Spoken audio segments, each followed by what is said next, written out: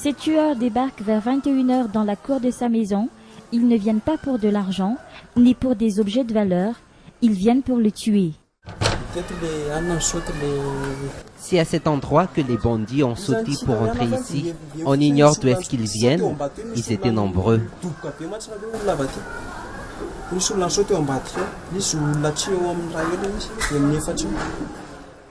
Toute la famille n'a rien vu venir.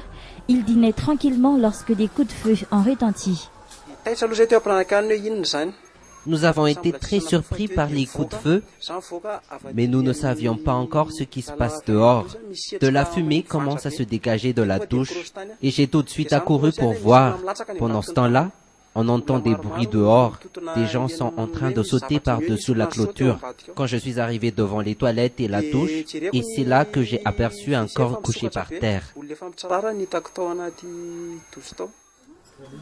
Est-ce une histoire de rancœur ou de jalousie?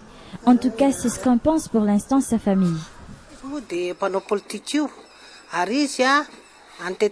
C'était un vrai politicien, proche du MDM. Il s'est même présenté aux législatives.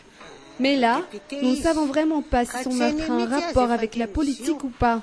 Mais en tout cas, il s'agit d'une histoire de rancune.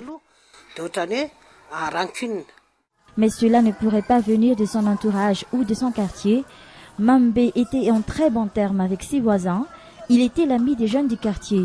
C'est pour cela d'ailleurs qu'il a été choisi par le MDM pour le représenter aux législatives du 20 décembre prochain. C'était un homme très simple, tout le monde l'aimait et tout le monde le connaissait.